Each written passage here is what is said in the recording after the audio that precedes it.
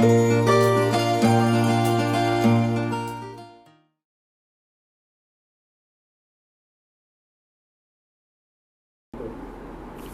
last video, we have briefly discussed what is the provision of section 194Q. Now let us in this video discuss some practical issue and try to get more insight about this provision. The first issue, as we know that this section is applicable from 1st July 2021, and therefore the first question that requires our consideration is, in a case where the advance payment is received before 1st July 2021 and the invoice is raised after that date, whether the purchaser or a buyer is required to deduct TDS under section 194Q or not. Now let us first understand what section 194Q1 says. As per 194Q subsection 1, it is provided that any person being a buyer who is responsible for paying any sum to any resident for purchase of any goods of the value or aggregate of such a value exceeding 50 lakh rupees in any previous year shall, now please note, shall at the time of credit of such sum to the account of the seller or at the time of payment thereof by any mode whichever is earlier, deduct the tax at a prescribed rate. Now what this signifies? As per section 194Q, the trigger point is either the purchase or a payment whichever occurs first. Now to answer this issue, we also need to understand the provision of section 206C subsection 1H. Now one should not overrule or one should not ignore the provision of section 206C 1H because that section is already operative from 1st October 2020. So therefore the first thing that we have to understand, whether on the advance payment do we have paid TCS to the seller, because if the seller was required to collect TCS as per section 206C1H, that on this payment which you have made before 1st July 2021, you might have paid TCS to the seller. Therefore, in that situation, if the TCS has already been paid, that transaction is already subject matter of TCS, then one may draw an inference that on this transaction where the advance has been received before 1st July 2021 but the invoice will take place only after 1st July 21, in that proposition the provision of section 194Q will not apply.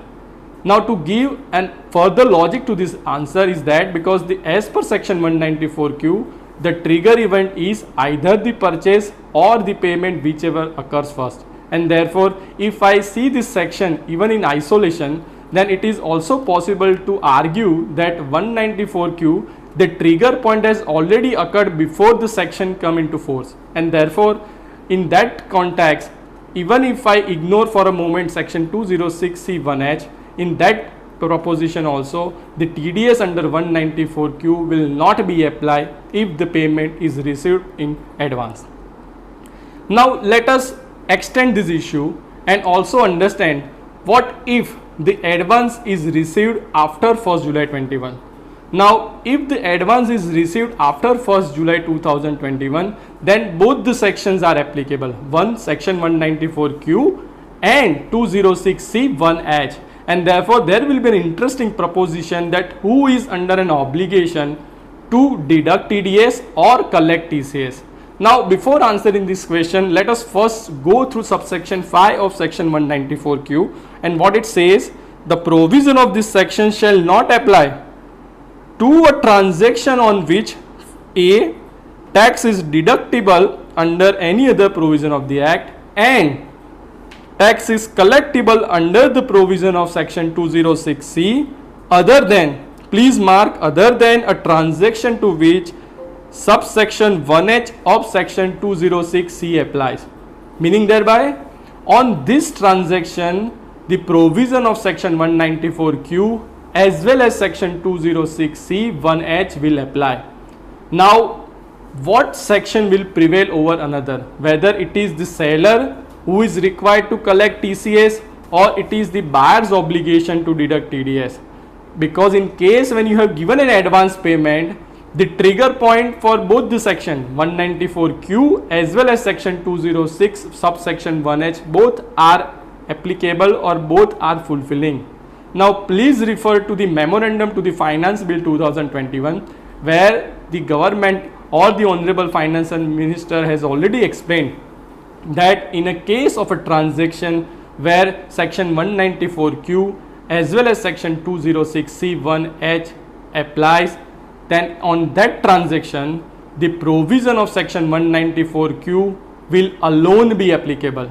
Therefore, going by the language or going by the intent of the government behind amending section 206C1H vis-a-vis introducing a new section 194Q, it is possible to draw an inference that if from 1st July 2021, in case where the advance is given, it was the buyer's obligation to deduct TDS and make a payment to the seller.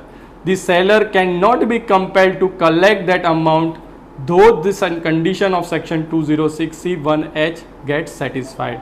I hope on this limited issue you are clear that in case when the advance is received before 1st July 21, then that proposition TDS is not applicable. However, from any advances which are received after 1st July 21, TDS under section 194Q is required to be deducted and the seller is not required to collect TCS. Now let us go to another issue. Now in context of 194Q, whether the section 194Q is applicable on capital goods. Now to understand this answer or to understand this issue, let us first again read section 194Q subsection 1. What the section says: any person being a buyer who is responsible for paying any sum to any resident, now please undermark this word, for purchase of any goods. Now section is very clear. Section nowhere demarcate or specify what type of goods it is. The only requirement is that the buyer has purchased good for a specified value, and if the monetary thresholds are satisfied, then it is the buyer's obligation to deduct TDS. Now we also want to highlight one important point in the context of chapter 17B. In a case where there is an obligation to deduct TDS, it is always advisable, I would say always advisable, one should take a conservative view. Now this section nowhere specify what type of goods is. Even the Income Tax Act is silent about what constitute a good, and therefore what we advise that any goods, whether it is a traded good or it is a good which are in capital in nature, the provision of section 194Q is applicable, and therefore from 1st July 2021, in case of a purchase of capital goods also, the buyer will be required to deduct TDS as per section 194Q. Now let us go to the next issue. Is TDS applicable on a gross purchase value including GST, transportation, etc.?